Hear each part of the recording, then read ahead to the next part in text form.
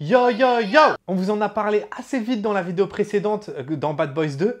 Et donc du coup, on va profiter de cet épisode pour vous en parler un peu plus parce que ce film est un pur chef-d'œuvre. Mais comme d'hab, avant, n'hésitez pas à vous abonner et si vous avez kiffé la vidéo, à mettre un pouce bleu, à commenter, à partager parce que ça permet de nous soutenir et ça fait plaisir. À un moment, j'ai fait un truc, j'ai limite fait ça, wesh. T'as pas regardé parce que t'as tourné la tête à ce moment-là, j'ai fait ça, j'ai fait ça fait plaisir. Et oui, j'ai bien dit un pur chef-d'œuvre. Parce qu'encore une fois, une comédie de kung-fu peut être un pur chef-d'œuvre et aussi peut toucher ce qu'il y a peut-être de plus pur dans le cinéma. Mais on va voir ça tout de suite dans Police Story 2 et avec Jackie Chan, sorti en 1985. C'est l'histoire d'un officier de police qui se retrouve à protéger la copine d'un parrain de la mafia qu'ils essayent d'envoyer en prison depuis un moment. Il va se retrouver entre les mafieux qui veulent le tuer lui et la copine, mais aussi à sa propre petite amie qu'il croit infidèle. C'est évidemment un film avec Jackie Chan, comme vous avez pu le voir dans les quelques extraits que j'ai mis, mais c'est aussi un film réalisé par Jackie Chan. Parce que oui, Jackie Chan est aussi réalisateur, et il a fait de sacrés putains de films. Le Marin des mers de Chine, Big Brother, Opération Condor, et en l'occurrence, Police Story.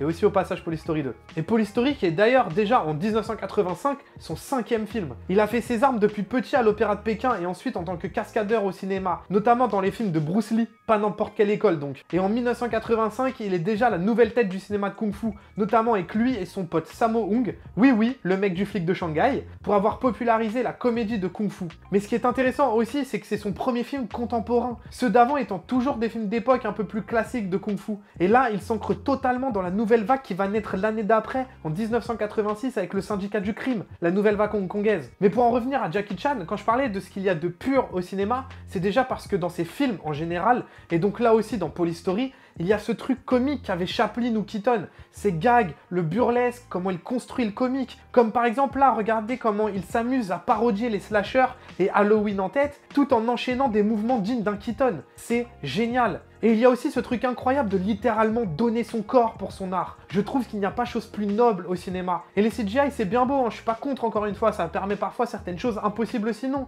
Mais qu'est-ce que j'aime les films qui sentent la transpiration, où on sent que les acteurs, réalisateurs et toute l'équipe technique se sont donnés pour créer une œuvre d'art. Et puis c'est ce qui fait aussi que ce film, même s'il date de 1985, il prend pas une ride, il peut pas vieillir le bousin. Tout est fait avec le cœur et les tripes. Et il y a juste à regarder le générique de fin des films de Jackie Chan pour voir à quel point le mec se donne à se blesser, à tenter des trucs dangereux. C'est juste fou. Et puis avant de parler un peu plus du film, petite parenthèse sur les actrices. La copine du parrain de la mafia est jouée par Brigitte Lin, une grande actrice de Hong Kong, et la petite amie de Jackie Chan est jouée par putain de Maggie Cheung, celle qui joue dans In the Mood for Love pour ceux qui ont vu le film, et au passage, mon actrice hongkongaise préférée. Voilà, salut. Mais pourquoi ce film est si génial? Parce que comme dans Bad Boys 2, c'est un film qui a une idée à la seconde, et c'est incroyable comment Jackie Chan, il essaye toujours de trouver des nouvelles choses. Il veut jamais que ses personnages fassent des choses simplement en fait. Et c'est pas que dans les fights qu'il y a des innovations. C'est aussi entre ces scènes-là et dans les scènes de comédie ou même dans les scènes où juste deux personnes se parlent. Je vous ai déjà un peu parlé de la scène justement de parodie de slasher.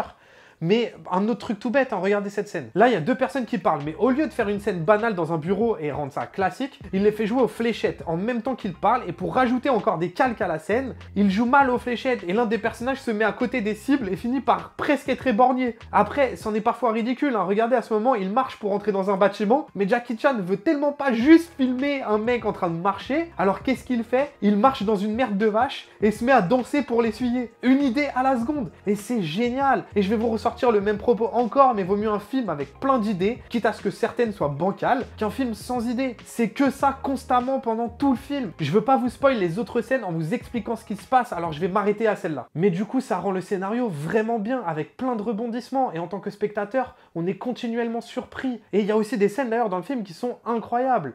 Et au passage, c'est aussi une vraie histoire, et surtout, putain, surtout des vrais personnages, avec leurs envies, leurs forces et leurs faiblesses. C'est vraiment bien écrit. C'est un film qui déborde de générosité pour ça. Et c'est aussi dû au perfectionnisme de Jackie Chan, que ce soit dans les fights ou dans la comédie.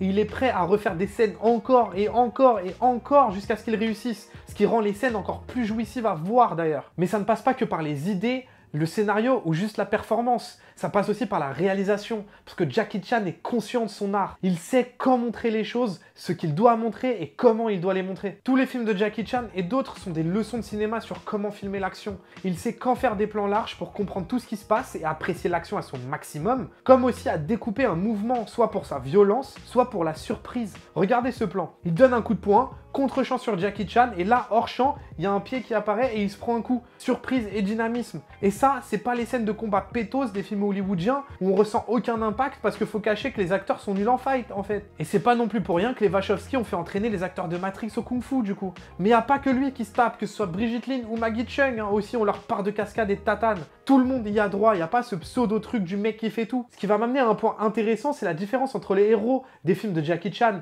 et principalement dans les comédies de kung-fu, et les films hollywoodiens. Parce qu'aux USA, le héros, il doit toujours être fort. On le montre jamais vraiment faible. Alors que Jackie Chan, c'est tout l'inverse. Il est fragile, il prend des coups, il souffre, il court derrière sa meuf, et ça change toute la dynamique d'un film. Et puis les films hongkongais ont ce truc incroyable de pouvoir changer de ton pendant le film. Ça paraît tellement facile pour eux. Et en plus de ça, en tant que spectateur, bah, c'est encore plus surprenant. Alors s'il vous plaît, allez voir ce film. Parce que le plus important, c'est pas que vous l'aimiez, même si je pense que ce sera le cas, c'est surtout que vous l'ayez vu. Parce que, on va pas se mentir, mais les comédies d'action aux États-Unis qu'on nous sert, franchement, la plupart du temps, c'est pas ouf. Et tout vient de films comme Police Story, parce qu'ils ont su transcender le genre. Et vraiment, c'est un pur chef-d'œuvre. Alors foncez. Nous, on se retrouve la semaine prochaine avec un film qui se retrouve encore un peu plus dans le passé. Un western qui sent la transpiration. C'est La Horde Sauvage de Sam Peckinpah, sorti en 1969. Banks!